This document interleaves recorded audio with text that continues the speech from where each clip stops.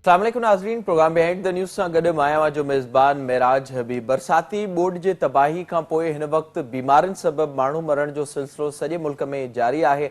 मुल्क जा 3 करोड़ खां वधीक माण्हू शदीद मुतासिर थिया आहिनि ऐं लखें माण्हू रोडनि ते हिन वक़्तु बि दरबदर आहिनि।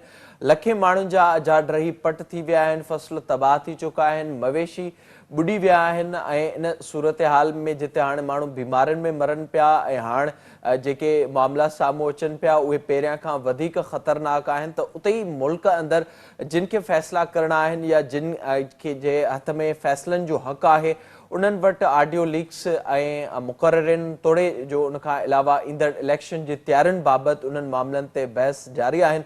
ऑडियो लीक्स जेके अॻु में हुकूमती धुर जे हवाले सां साम्हूं आयूं, अॼु इमरान ख़ान जे हवाले सां साम्हूं आयूं आहिनि ऐं सॼो फोकस जेके मुल्क में फ़ैसिला कंदड़ आहिनि उन्हनि जो इन्हनि मामलनि ते नज़र अचे थो ऐं इन ते फोकस नज़र अचे थो त ईंदड़ जेके मुक़ररी आहे या ख़ासि तौर ते ईंदड़ चूंडूं आहिनि उन्हनि में इक़्तिदार कीअं हासिल कजे ऐं उते ई असांखे मुल्क जा लखें करोड़े माण्हू दरबदर थींदे नज़र अचनि था। हीअ जेका रविश आहे इहा का पहिरियों भेरो साम्हूं न आई, माज़ी में बि केतिरा ई भेरा अहिड़ी सूरत हाल ॾिठी आहे। सिंध जा माण्हू इन ॻाल्हि ते मुसलसिल इहो ज़िक्र कंदा रहिया जॾहिं सिंध में एॾी वॾी तबाही आई त आख़िर उनखे मीडिया ते छो नथो ॾेखारियो वञे या उन बाबति हुकूमतूं के क़दम छो नथियूं खणनि। उन बाद जॾहिं असां ॾिठोसीं त 1 करोड़ खां मथे माण्हू मुतासिर थिया त उन खां पोइ कुछ ॾींहंनि जे लाइ सिंध जे माण्हुनि ते असां ॾिठोसीं उन्हनि जी ॻाल्हि ॿोल बि थी ऐं उन्हनि जो जेको तमाशो हो उहो बणाइण जी कोशिशि बि कई वई ऐं उहो ॾेखारे हिन वक़्तु सॼी दुनिया मां जिते इमदाद हासिल कई पई वञे त उते ई IMF खां बि पैकेज जे लाइ ख़ासि तौर ते उन में नरमी जो बार बार मुतालबो पिणु थी रहियो आहे, पर जेके माण्हू आहिनि उन्हनि ताईं का शइ पहुचंदे नज़र हिन वक़्त ताईं नथी अचे। हीउ जेको सिंध जे माण्हुनि सां रवैयो आहे ऐं हुकूमती धुर जेका पीपल्स पार्टी आहे उनजो जेको सिंध जे माण्हुनि सां रवैयो आहे ऐं टियों जेको अहम मामिलो हिन वक़्तु साम्हूं आयो आहे, हिकु पासे त मामूल खां वधीक बरसातुनि तबाही ॾिनी, ॿिए पासे जेको सिंध में डेवलपमेंट मॉडल आहे खणी पोइ राइट बैंक ॾांहुं हुजे या लेफ्ट बैंक हुजे उन में जेका उन जे करे तबाही आई आहे उनजो ज़िम्मेवार केरु आहे, उन्हनि खां केरु पुछा ॻाछा कंदो ऐं जेके लखें करोड़े माण्हू दरबदर थिया आहिनि उन्हनि खे रिलीफ कीअं ॾिनो वेंदो ऐं रिहेबिलिटेशन कीअं थींदो, हिन बाबति ॻाल्हाईंदासीं। असांखे हिन वक़्तु वीडियो लिंक ज़रिए जॉइन कयो आहे नामेरा तजनिगार आहिनि मोहतरम जनाब जामी चांडियो साहब। जामी साहब अस्सलाम वालेकुम। वालेकुम मिराज।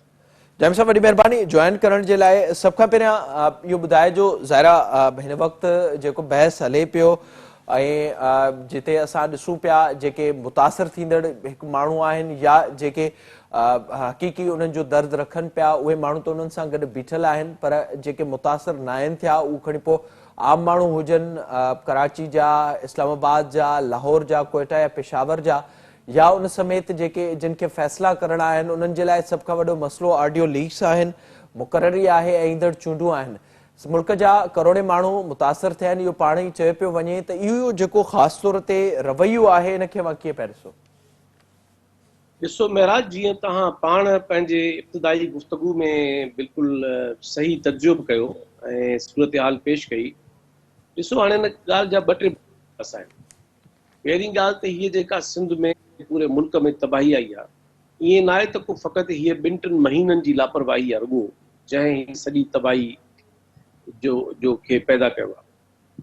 हिन बहरान ऐं हिन खां अॻु में बि जेके बहरान ईंदा रहिया आहिनि, पर हीउ जीअं शदीद तरीन वॾो बहरान आहे, इन बहरान रियासत खे, वफ़ाक़ी ऐं सूबाई हुकूमतुनि खे ऐं हिन पूरे रियासती ऐं हुकूमती निज़ाम खे हिकु भेरो वरी हिकिड़े बिल्कुलु पंहिंजे उघाड़ो कयो आहे, बेनकाब कयो आहे त उहो कहिड़ी सूरत हाल में आहे।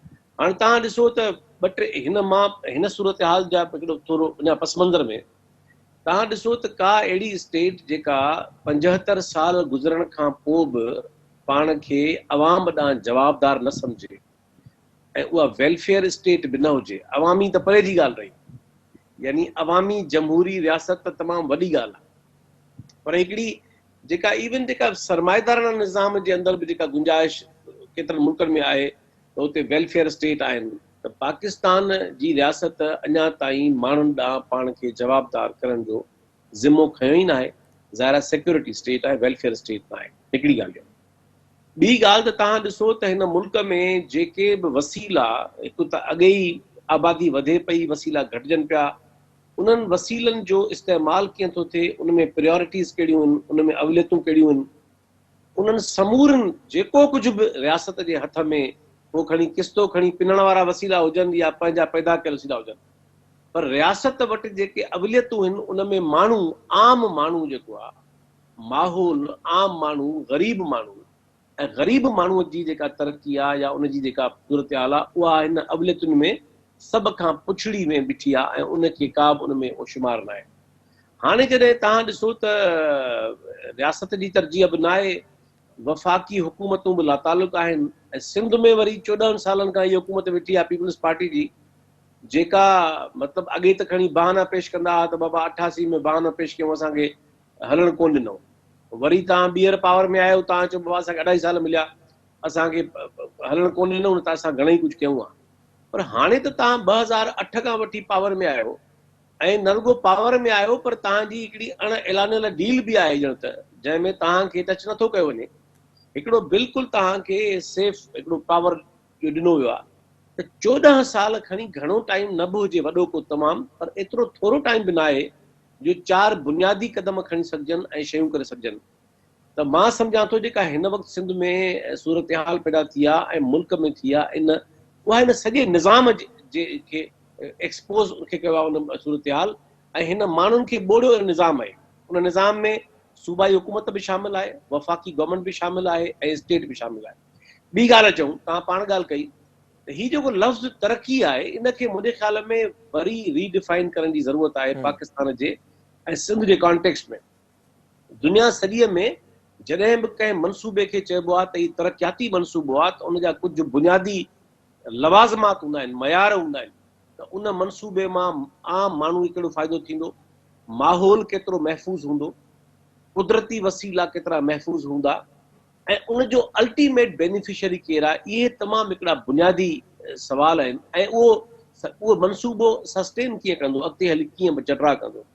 हाणे तव्हां ॾिसो त हीउ मिसाल जेको RBOD आहे, RBOD जो मनसूबो जंहिं सॼे लाड़ पट खे ऐं हेठी सिंध खे ॿोड़े छॾियो आहे, होॾां असां वटि मंशर जी सूरत हाल साम्हूं आहे। त मसइलो इहो आहे त हिन मुल्क में अवाम दुश्मन वर्ल्ड बैंक जे ऐं ॿाहिरिनि इन्हनि धुरियुनि जे चवण ते हिकिड़ा अहिड़ा मनसूबा जेके तबाही जा मनसूबा आहिनि, उन्हनि खे नालो ॾिनो वियो आहे त इहे तरक़ियाती मनसूबा आहिनि ऐं तरक़ी थी आहे। हे बिल्कुलु ईअं तरक़ी आहे जीअं बहरिया टाउन तव्हांजे हुननि जे ख़्याल में तरक़ी आहे, जीअं तव्हां ॾिसो त शहरनि जे अंदरि ग़ैर क़ानूनी परॾे जूं कचियूं आबादियुनि खे तव्हां पको था कयो जी तरक़ी आहे। ईअं केतिरा चवनि था डैम तरक़ी आहे, माहिर चवनि था ईअं न आहे। त हीअ सॼी तबाही जेका आहे, त ॿियो सुवाल इहो आहे त हे जेको तव्हां ॾिसो पिया जेके माण्हू दरबदर आहिनि, ऐं हिन मींहनि 2.5 महीननि जे मींहं सॼी बर्बादी करे छॾी आहे, हिन वार दरियाई सैलाब कोन आयो आहे। त दरअसल इहा नाम निहाद तरक़ी जो मॉडल आहे, अवाम दुश्मन ऐं माहौल दुश्मन तरक़ी जो मॉडल आहे, जेको हिन सूरत हाल जो ज़िम्मेवार आहे। हाणे अचूं ॿिए आख़िरी पासे ते, तव्हांजी ॻाल्हि कई त हीअ जेका सूरत हाल पैदा थी आहे, भला वफ़ाक़ी हुकूमत, सिंध हुकूमत ऐं हिन वक़्तु कोलिशन गवर्नमेंट आहे, माना सभु पार्टियूं गॾु आहिनि, इहो चवणु शहबाज़ शरीफ़ जो या मुराद अली शाह साहब जो त असांखे अंदाज़ो न हो त एतिरो पाणी ईंदो, एतिरो मींहुं वसंदो या एॾी सूरत हाल। त महराज तव्हां ॿुधायो त 21वीं सदीअ में जेकॾहिं का हुकूमत इहो चवे त असांखे माहौलियाती ख़बर न पइजी सघी वक़्त ते त केतिरो मींहुं पवंदो, यानी अॼोके दौर में त इहा तमामु हिकिड़ी मामूली ॻाल्हि आहे, आम माण्हू खे ॼाणण बि मामूली ॻाल्हि आहे। त हुकूमतूं आहिनि, उन इदारा आहिनि, वसीला आहिनि, बजेट्स आहिनि, नाम निहाद माहिर वेठा आहिनि, पर हिकिड़ी क्रिमिनल क़िस्म जी नेग्लिजेंस हुई, हिकिड़ी मुजरमाना क़िस्म जी लापरवाही जो तसलसुल आहे, जेको अॻूणियुनि हुकूमतुनि में बि हो ऐं हिननि हुकूमतुनि वटि बि जारी आहे। नतीजे में छा थियो, जॾहिं बरसातूं पवणु शुरू थी वियूं त हिननि वटि हिकिड़ी बदहवासी हुई, हिकिड़ी बेतरतीबी हुई, इल प्लैनिंग हुई, ऐं को बि कमु हिननि रिथाबंदीअ सां सोचे सम्झी त घटि नुक़सान कीअं थिए, वधीक कीअं बचाव थिए, नज़र न आयो हिन सूरत हाल में। मां आख़िरी ॻाल्हि कयां त मिसाल तौरु तव्हां अचो त 2010 में जॾहिं ॿोॾि आई ऐं 11 में बि आई, त उन ज़माने में बि, हालांकि उन खां अॻु में ई 90s खां इहा ख़बर पइजी वई त आलमी सरमाएदाराना हिन सॼे कंज़म्पशन जे करे ऐं हिननि माहौलियाती तबाही अचे पई ऐं माहौलियात तब्दीलियूं। 2010 में जॾहिं वॾो ॿोॾि आई त इहा ॻाल्हि आलमी तौर ते वरी साम्हूं अची चुकी हुई त बाबा हाणे ईंदड़ ज़मानो जेको अचे पियो, इन में ॿोॾूं ईंदियूं रहंदियूं, वधीक मींहं पवंदा, ग्लेशियर रिझंदा ऐं इहा सूरत हाल थींदी। त हाणे सुवाल आहे त तव्हां 12 साल तव्हां वटि हुआ ऐं उन्हनि 12 सालनि में फेडरल गवर्नमेंट छा कयो, रियासत छा कयो, सिंध हुकूमत छा कयो, जेका हिकिड़ी पार्टी जी हुकूमत हलंदी अचे 2010 खां वठी, त ही सॼो हिकिड़े क़िस्म जो जुगाड़ी ऐं क्रिमिनल नेग्लिजेंस वारो जेको मुजरिमाना असांखे नज़र अचे पियो दुरुस्त एडहॉक शांतिकी वारो तव्हां निज़ाम आहे जंहिं माण्हुनि खे हिते दरबदर कयो आहे, माण्हुनि खे ॿोड़ियो आहे ऐं माण्हुनि जे साम्हूं हिकिड़ो ऊंदाहो मुस्तक़बिल आहे ऐं हिकिड़ो बदतरीन हाल आहे जंहिंमें माण्हू ईअं दरबदर आहिनि। जामी साहब जेका सॼी सूरत हाल अवां ॿुधाई ज़ाहिरा जे इन जो पहिरों खंड जे जीअं मां ज़िक्र कयो त 90s खां वठी इन शइ जो ज़िक्र हले पियो त माहौलियाती तब्दीली सबबु अहिड़ी सूरत हाल पैदा थी सघे थी। 2010 जो मिसाल असां वटि मौजूदु आहे, उन खां पोइ उन जूं रिपोर्टूं मौजूदु आहिनि, कानून सिंध में ठहियल आहिनि ऐं उन बाद बि असां ॾिठोसीं त का तयारी न थी। बार बार दुनिया में मुख़्तलिफ़ इदारनि तरफ़ां इहो चयो वियो त पाकिस्तान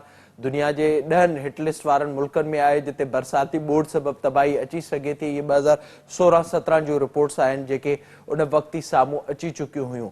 उन बाद जॾहिं असां हिकु ॿियो पासो ॾिसूं था जंहिंजो अवां बि ज़िक्र कयो, तरक़ी जो मॉडल, ऐं ज़ाहिरा उन में असां ॾिसूं था उन तरक़ी जो मॉडल मां फ़ाइदो हासिल करण वारा बि इहे ई आहिनि। वरी उन जेको तरक़ी जो मॉडल जेके चवनि था उहो तरक़ी जो मॉडल ठाहे जेके पुराणा ढोरा आहिनि उन्हनि ते कब्ज़ा करण वारा बि इहे ई आहिनि।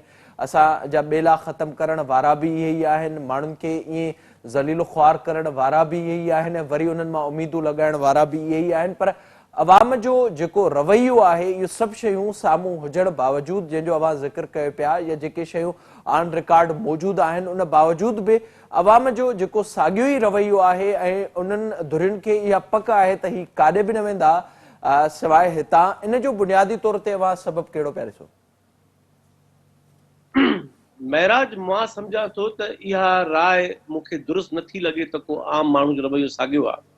ॾिसो, आम माण्हू असां ऐं तव्हां खां वधीक उन्हनि खे सम्झे थो, उन्हनि खे भोॻे थो, उन्हनि जो शिकार थिए थो ऐं आम माण्हू जे साम्हूं हे निज़ाम असां तव्हां खां वधीक एक्सपोज़ थियल आहे।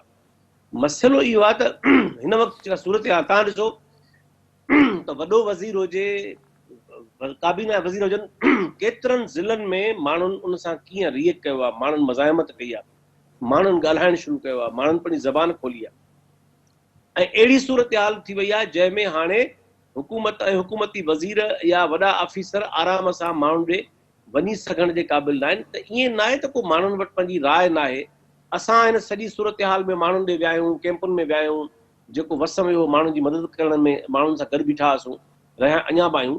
त असां ॾिठो त माण्हू उते छा ॻाल्हाइनि था, जेको असां तव्हां ॻाल्हायूं था, माण्हुनि जे ॻाल्हाइण जो स्केल, माण्हुनि जो लहजो तमामु तलख़ आहे, माण्हुनि खे सॼी ख़बर आहे। हाणे मसइलो इहो आहे त हीउ जेको पाकिस्तान जो हिकिड़ो इलेक्शनी निज़ाम, जेकॾहिं मयार इहो आहे, जेकॾहिं माण्हुनि जे राय जी तब्दीली जो मयार इहो आहे त माण्हू वोट छो था ॾियनि ईअं, त मां इन में तव्हांखे ॿुधायां त मुंहिंजे ख़्याल में माण्हुनि जी जेका अक्सरियत आहे उहा सम्झे थी ॻाल्हि खे। ॾिसो, हाणे मां तव्हांखे सिंध जो मिसाल थो ॾियां। सिंध जे अंदरि भला आबादी 6 करोड़ त हूंदी न, भला मूंखे ॿुधायो त 2013 जे इलेक्शन में पाकिस्तान पीपल्स पार्टीअ जी हुकूमत खे घणा वोट मिलिया हुकूमत ठाहिण लाइ? 34 लख वोट मिलिया। ऐं 2018 जी इलेक्शन में हिननि खे 39 लख वोट मिलिया। त 6 करोड़ माण्हुनि मंझां मजबूरी में या जंहिं बि सूरत हाल में 39 लख वोटनि ते माण्हुनि जी हुकूमत ठहे थी। सवाल इहो आहे त हे जेको सियासी निज़ाम आहे इहो अमीरनि जे लाइ ठहियल आहे, इन में ग़रीब वञी सघे नथो, इन में विचोले तबिके जो माण्हू बीह सघे नथो। इलेक्शन जो ख़र्च, इलेक्शन जा लवाज़मात ऐं हिकिड़ी अहिड़ो कल्चर ठाहियो वियो आहे जंहिंमें साफ़ सुथरा माण्हू इलेक्शन में कीअं बीहनि, कीअं वञी सुभाणे को नंढो ज़मींदार, को नंढो कारोबारी माण्हू, को वकील, को बिज़नेसमैन पंहिंजे हक़ हलाल जी कमाईअ मां या पंहिंजे साफ़ सुथरी इनकम मां वञी कीअं वञी ख़र्च करे करोड़ रुपया। त मुंहिंजे ख़्याल में इलेक्शन में वोट जो पवणु इहो को बुनियादी मयार न आहे, छाकाणि त हे निज़ाम माण्हुनि खे मजबूर थो करे त उहो इन्हनि वॾेरनि खे वोट ॾे, छाकाणि त ॿिया माण्हू बीह सघनि नथा, ॿियनि माण्हुनि जे वस में न आहे बीहण।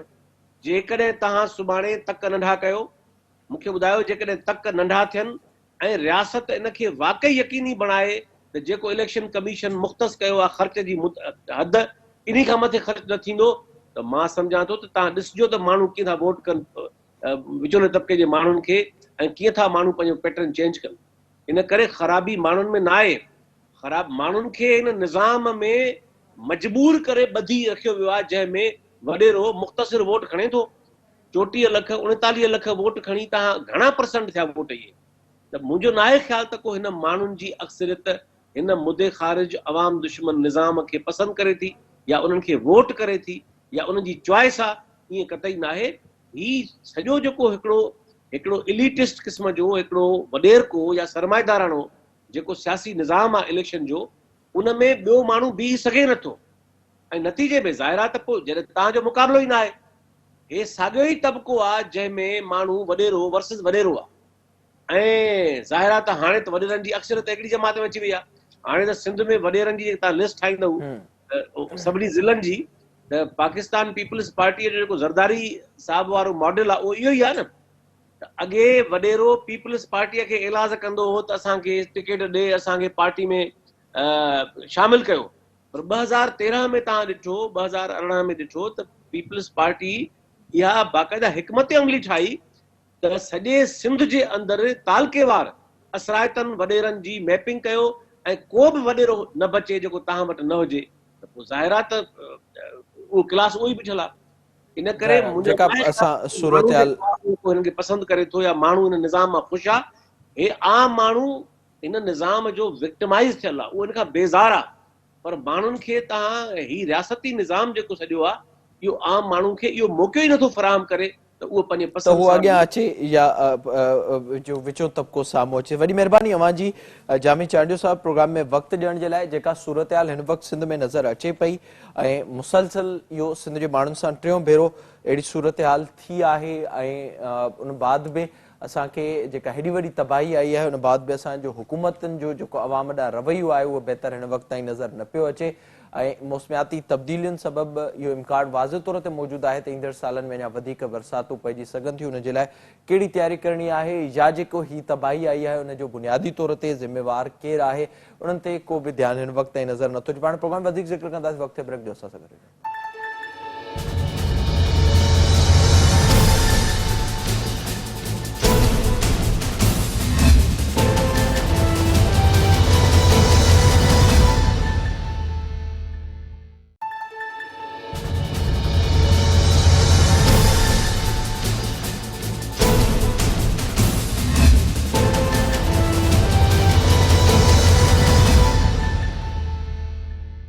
प्रोग्राम में हिकु भेरो ॿीहर भलीकार पाण ज़िक्र कंदासीं। इन वक़्तु मजमूई तौर ते मुल्क में जेका सूरत हाल आहे उन जो असर मईशत ते पियो आहे, ऐं जेका हुकूमत पारां कुझु ॾींहं अॻु में दावा कई वई हुई उन मूजिबि $30 अरब जे लॻभॻि पाकिस्तान में नुक़सानु थियो आहे ताज़नि बरसाती ॿोॾि खां पोइ वारी सूरत हाल जे। हुकूमत जी जेका मुआशी सूरत हाल हुई उन खां अॻु में ई ख़राब हुई, ऐं बहितर जेका ही बरसाती ॿोॾि वारी सूरत हाल नज़र अचे पई, उन खां पोइ बहितर आम माण्हुनि ते ख़ासि तौर ते इन जो तमामु घणो असरु पियो आहे। वज़ीर ख़ज़ाना तब्दील कयो वियो आहे, ऐं इसाक़-डार हिन वक़्तु अची चुको आहे। इसाक़-डार जे अचण खां पोइ डॉलर में कुझु असांखे घटिताई नज़र अचे थी, पर मजमूई तौर ते जेको मईशत खे नुक़सानु थियो आहे उन बाबति पाण प्रोग्राम में ॻाल्हाईंदासीं। सूरत हाल ईंदड़ सालनि में किथे हूंदी उन बाबति ॻाल्हाईंदासीं। असांखे हिन बाबति ॻाल्हाइण जे लाइ जॉइन कयो आहे नामेरा मुआशी माहिरनि मोहतरम जनाब डॉक्टर शाहिद हसन सिद्दीकी साहब। डॉक्टर साहब अस्सलाम वालेकुम। जनाब वालेकुम अस्सलाम। बहुत शुक्रिया सर ज्वाइन करने के लिए। डॉक्टर साहब सबसे पहले मुझे ये बताइएगा, ज़ाहिर इस पर हम बात करते थे और हमने देखा है जो सूरत हाल बारिश और सैलाब से पहले उस वक्त भी कोई सूरत हाल बेहतर नहीं थी, पर अब जब हम नज़र डालते हैं ख़ासतौर पर सिंध और बलूचिस्तान में, तो वहाँ पर सूरत हाल हमें ख़राब नज़र आ रही है और तकरीबन 90% जो क्रॉप्स हैं वो ख़त्म हो चुकी हैं, मवेशी लोगों के मर चुके हैं, और जो इकोनॉमी है वो मुकम्मल तौर पर तबाह नज़र आ रही है। आप मजबूरी तौर पर इस सूरत हाल को किस तरह से देख रहे हैं? बहुत शुक्रिया आपका। आपने बिल्कुल सही कहा कि ये जो सैलाब की तबाहकारियाँ हैं, ये इससे एक इंसानी अलमिया ने जन्म लिया है। पाकिस्तान की मईशत को ज़बरदस्त नुकसान का सामना है, लेकिन एक तब्दीली जो इस वक्त नज़र आ रही है, और उसका क्रेडिट शहबाज शरीफ साहब को जाता है और बिलावल भुट्टो को, कि उन्होंने सारी दुनिया में प्रोजेक्ट बहुत ज़्यादा किया, बताया उनको कि जनाब ये जो पाकिस्तान में 3 करोड़ लोग से ज़्यादा मुतासर हो चुके हैं और 30 अरब डॉलर से ज़्यादा नुकसान हुआ है। इसमें गलती उन मगरबी ममालिक की है जो क्लाइमेट की जो है उसका इम्पैक्ट यहाँ पे आ रहा है, हमारा कसूर नहीं है। ये अक़वाम मुत्तहिदा के सेक्रेटरी जनरल आए, दूसरे लोग आए, तो दुनिया भर में ये एहसास अब यकीन की हद तक हो गया है कि पाकिस्तान इस बड़े से निमट नहीं सकता।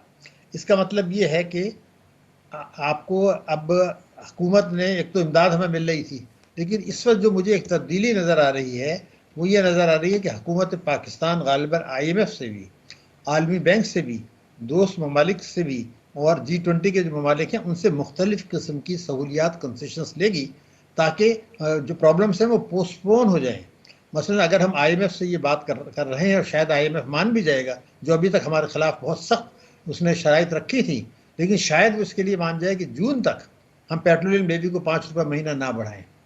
इस बात का भी इम्कान है कि IMF ये कहे कि जनाब ये जो आपका बजट खसारे का हमने हदफ रखा था इसको आप थोड़ा सा बढ़ा, अगर ऊपर चले जाते तो हमें कोई फ़र्क नहीं पड़ता। तो इसी तरीके से जो G20 के ममालिक हैं वो इस बात के लिए कुछ रजामंद नज़र आ रहे हैं कि वो पाकिस्तान को मदद करें और अपने कर्ज़ों की मोहलत दे दें कि जी बाद में आप दे दें। दोस्त ममालिक जिन्होंने वायदा किया था कि जी हम देंगे, अभी तक ज़्यादा दिया नहीं है, उनकी तरफ से भी हमें उम्मीद है कि मिल जाएगी। तो ये जो वर्ल्ड का रेस्पॉन्स है और ख़ासतौर से IMF का जो रेस्पॉन्स होगा नज़र आ रहा है, डॉक्टर साहब इसमें कोशिशें भी कर रहे हैं। तो सवाल ये है कि वो तो वो कर रहे हैं ना, बहैसियत हमें पाकिस्तानी कौम ने दिल खोल के दिया, मुखय्यर हजरात ने दिल खोल के दिया, उसको कदर भी करनी चाहिए। अफवाज पाकिस्तान ने भी की, लोग पर्सनली गए वहाँ पर, मदद भी दी और कैश भी दिया, ये सब कुछ तो हो रहा है। सवाल यह है कि एक मुल्क जिसकी मईशत तबाह हाल पहले ही थी, आपने बड़ा सही बात की है, पहले ही मईशत बुहरान का शिकार थी, अब ये आ गया, तो हुकूमत ने कोई ऐसा स्टेप लिया है जिसको आप इस्लाहात कह सकें कि जब बुरी हालत हो जाती है तो कुछ इनकलाबी इकदाम उठाए जाते हैं। और मैं समझता हूँ कि अगर इनकलाबी इकदाम इस वक्त नहीं उठा सकते तो फिर शायद हम कभी नहीं उठाएंगे। मईशत तबाह है, मईशत तबाह है, लोगों का आपने जैसे कहा मवेशी, तो क्या लोगों की जानें चली गई, उनका सामान चला गया, क्रॉप्स चली गई, कॉटन की चली गई, ग़िज़ाई किल्लत का सामना आ गया, फिर बीमारियों के ख़तरा पैदा हो गए और हमारा जो है नुकसानात हुए। तो ये सब जो तबाहकारियाँ हैं इस वक्त भी अगर हुकूमत इस्लाह नहीं करती तो मैं ये कहूँगा अब नहीं करते तो शायद कभी भी नहीं करेंगे। एक दूसरे ज़रूर कर रहे हैं, लेकिन 2005 में भी दूसरों ने बहुत मदद की थी, 2010 में भी की थी, लेकिन रिलीफ और रेस्क्यू ऑपरेशन तक रहा। बाद में जब रिहेबिलिटेशन जो 5-10 साल का वक्फा होता है तो फिर हम सियासत में लग जाएंगे, ये बातें पीछे चली जाएंगी। ये वो इंसानी अलमिया है। और दूसरे की इस वक्त जो मोहलत पे मोहलत आप लेंगे तो आगे चल के प्रॉब्लम्स जो है मतलब दोबारा आएंगी, फिर वो कहेंगे साहब वो तो पिछली हुकूमत ने G20 से मोहलत ले ली थी, IMF से अपने आदाफ को रिवीजन करा लिया था और आलमी बैंक से ये कर लिया था, तो उस वक्त तो निमट गए। अब जो ये तबाही बर्बादी आई है इसके लिए हम कर्जे लेंगे, IMF के पास जाएंगे, आवाम फिर कुर्बानी दें। तो ये खेल ख़त्म होना चाहिए। ये वक्त है कि सियासत ना करें, ये जो जलसे जुलूस धमकियाँ ये देना बंद करें। तो आजकल आप देखें हर आदमी एक्टिव हुआ है, जो कभी मसला नहीं खड़ा होता था वो आज खड़ा हो गया, और कुछ नहीं तो डिस्क का शुरू हो गया। तो मैंने देखा जब पाकिस्तान मुसीबत में आता है मुख्तलिफ हलकों की तरफ से नए नए मसाइल सामने आ जाते हैं ताकि अटेंशन डाइवर्ट रहे। ज़ाहिर है जो नॉन इशू पॉलिटिक्स का बिल्कुल आप जिक्र करें वो हमें मुसलसल नज़र आ रही है और उसका हम देख रहे हैं कि मुसलसल उस चीज़ पर ज़्यादा फोकस नज़र आ रहा है। डॉक्टर मुझे थोड़ा सा ये बताइएगा, ज़ाहिर जो 30 अरब डॉलर का दावा किया गया था हुकूमत की जानिब से, ये बहुत बड़ी रकम है और आपने जैसे कहा कि कोशिश रही है हुकूमत की जानिब से दुनिया को ये तबाही दिखाई जाए, फिर उस हवाले से हमने ये भी देखा कि किसी हद तक अगर रिलीफ मिले ख़ास तौर पर कर्ज़ों की मद में तो वो हासिल करने की भी कोशिश की जा रही है। जैसे आपने खुद ही जिक्र कर दिया, माजी का जो हमने एक पूरा एपिसोड देखा था, चाहे वो ज़लज़ला हो या फिर उसके बाद 2010 का सैलाब हो, उसमें भी रिहेबिलिटेशन का कोई काम नज़र नहीं आया। और इस वक्त तो ये सूरत हाल है कि सिंध हुकूमत ये कह रही है कि हम 25% लोगों तक भी नहीं पहुँच सके। तो मजमूई तौर पर मुझे ये बताइएगा, ज़ाहिर जो चीज़ें बताई जा रही हैं निचली सतह तक वो नहीं पहुंच रही और ना ही पहुंचने का कोई इम्कान नज़र आ रहा है, ज़ाहिर जो माजी है वो यही बता रहा है। तो इससे जो अब सूरत हाल पैदा हुई है, जो लोगों का हाल है, आप उसकी बहाली के लिए मुझे बताइएगा कि क्या इकदाम उठाने की ज़रूरत है और कितना नुकसान लोगों का हो चुका है। तो ये मेरी गुजारिश ये है कि मैं बड़ा अहम सवाल है, बड़ा मुश्किल है इसका जवाब, लेकिन मैं एक बात सोचता हूँ कि आप कराची में, लाहौर में, पेशावर, कोयटा में, शहरों में चले जाएं, हम लोगों का जो मतलब ये मुतवस्सित तबकों से ऊपर हैं, कहीं कुछ आपको ऐसा नजर आया कि कोई परेशानी है, कोई उनकी जिंदगी में कोई तब्दीली आई? वही खाना पीना, वही जो है ना, शॉपिंग्स हो रही हैं, गाड़ियों के झुंड चल रहे हैं। हमारे यहाँ फॉरेन ट्रैवल होता है तो स्पेशल जहाज में जाया जाता है। एक कौम जिसमें इतनी बड़ी ज़बरदस्त तबाही आती है कि 30 अरब डॉलर को हम मान लेते हैं, कर्जे हम अदा करने के काबिल नहीं हैं, उनसे मांग रहे हैं। बीमारियां जो हैं वो वहाँ पर फूट पड़ी हैं, और ना वहाँ पर दवाइयाँ हैं, ना लोगों को इतने डॉक्टर्स पहुँचे हैं। तो इस परेशानी में आपको हुकूमत का, सूबाई असम्बलियों का, पॉलिटिशियंस का, और उन लोगों का जिनको अल्लाह ताला ने वसाइल दिए हैं, उनमें कोई ऐसी बड़ी परेशानी, कोई दुख, कोई उनकी ज़िंदगी में तब्दीली क्या नज़र आई? या वही होटलों में, बड़े बड़े होटलों में जो है वो आप देखेंगे कि वो रश लगा हुआ है, डिपार्टमेंटल स्टोर्स में, शॉपिंग मॉल में लगा हुआ है।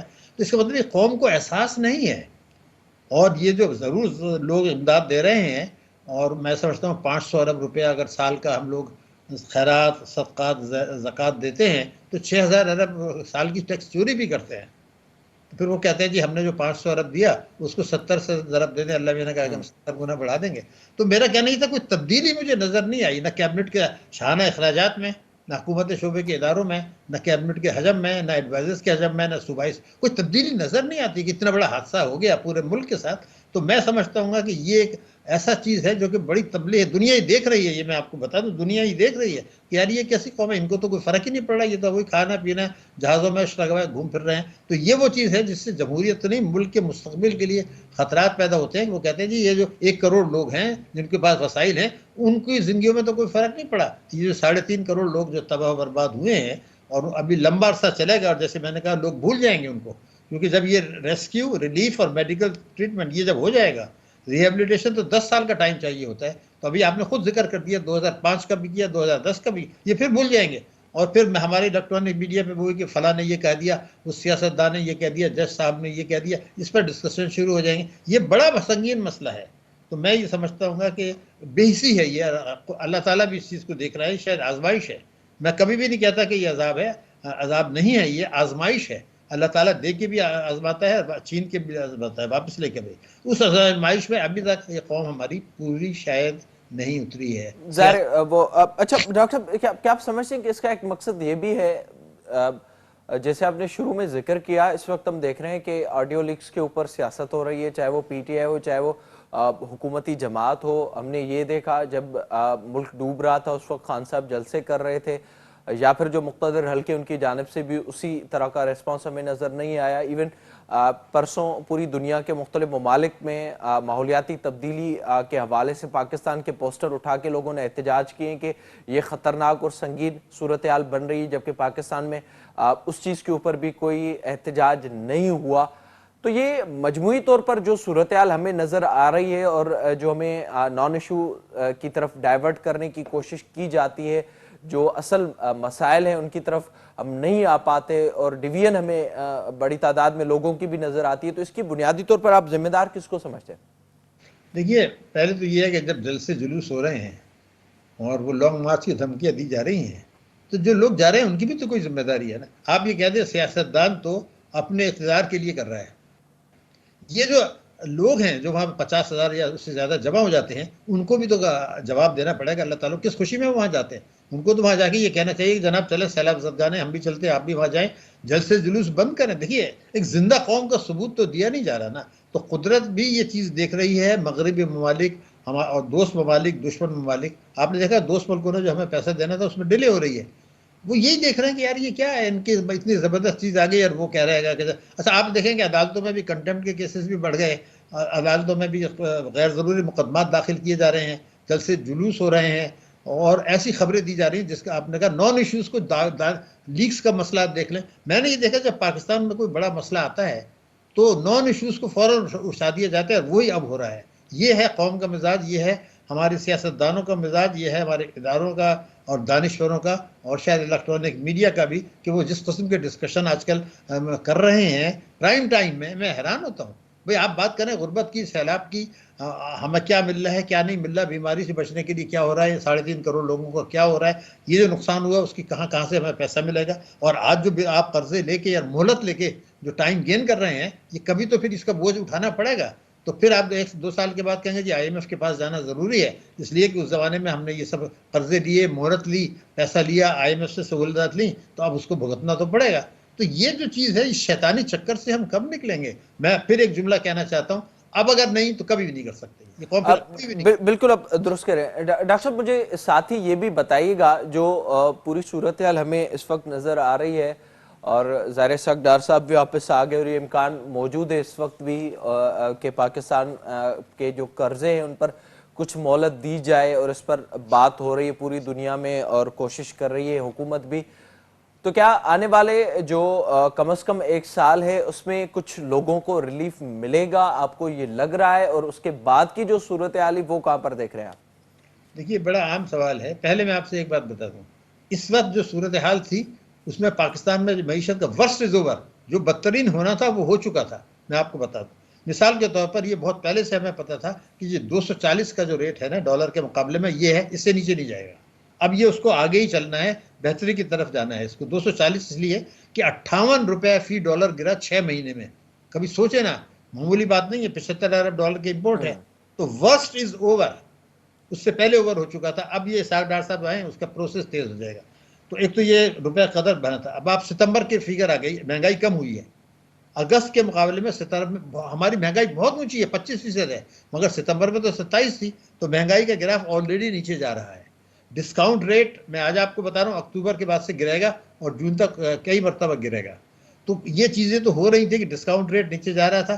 फिर ये दोस्त ममालिक जो आपको मदद कर रहे हैं सैलाब जदगान वगैरह की, आपके अखराजात तो रुपीज़ में हैं बहुत सारे, तो उसकी वजह से रिजर्व जो है वो ऑटोमेटिकली रिजर्व बढ़ने हैं।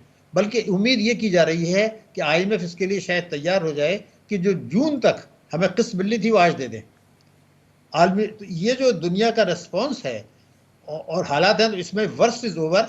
रुपए की कदर के मामले में बेहतरी की तरफ जाना चाहिए, क्योंकि 58 रुपए गिरा, ये रिकूप होना था। डिस्काउंट रेट मैंने बताया अक्टूबर के बाद से जाएगा। आपने 2 महीने में ऑलरेडी देखा कि तजारती खसारा कम हुआ।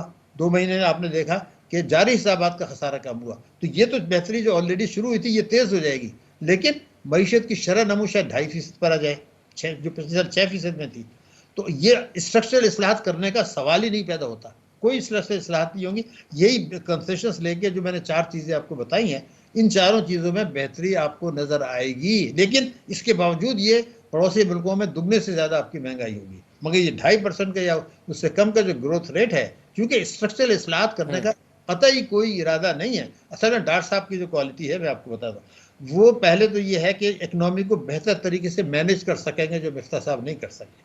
वो आलमी मालियाती इदारों के साथ बेहतर तरीके से डील कर सकेंगे, वो दोस्त ममालिक के साथ बेहतर तरीके से डील कर सकेंगे, वो G20 ममालिक के साथ बेहतर तरीके से डील कर सकेंगे। तो ये जो उनकी सलाहियत है, और उसको प्रोजेक्ट कर सकेंगे। एक बात है, कोशिश करके, मैं ये नहीं कह रहा हूँ कोई इस्लाहात के मईशत में पायदार बेहतरी नहीं आएगी, बिल्कुल नहीं आएगी पायदार बेहतरी, लेकिन ये डील करके और इसको प्रोजेक्ट करके ये एक ज़ाहिर वक्ती तौर पर कुछ न कुछ हमें चीजें बेहतर नजर आएंगी जो आप कह रहे हैं। मैंने आपको बता दी, इसमें इम्प्रूव डेफिनेटली आएगा, लेकिन शरह नमू नीचे जाएगी। बजट खसारा शायद वो आपको एग्जाम करेगा, थोड़ा ज्यादा भी हो जाए तो कोई हर्ज नहीं है। ये कंसेशंस मिलने वाले हैं, IMF ने आपको कई सहूलतें देनी है, तो इन सब चीज़ों का इम्पैक्ट आएगा। ये उसमें उनको डील करना, प्रोजेक्ट करना और मैनेज करना, ये 3 उनमें क्वालिटीज़ है। इस्लाहात नहीं होंगी तो पायदार बेहतरी भी नहीं आएगी।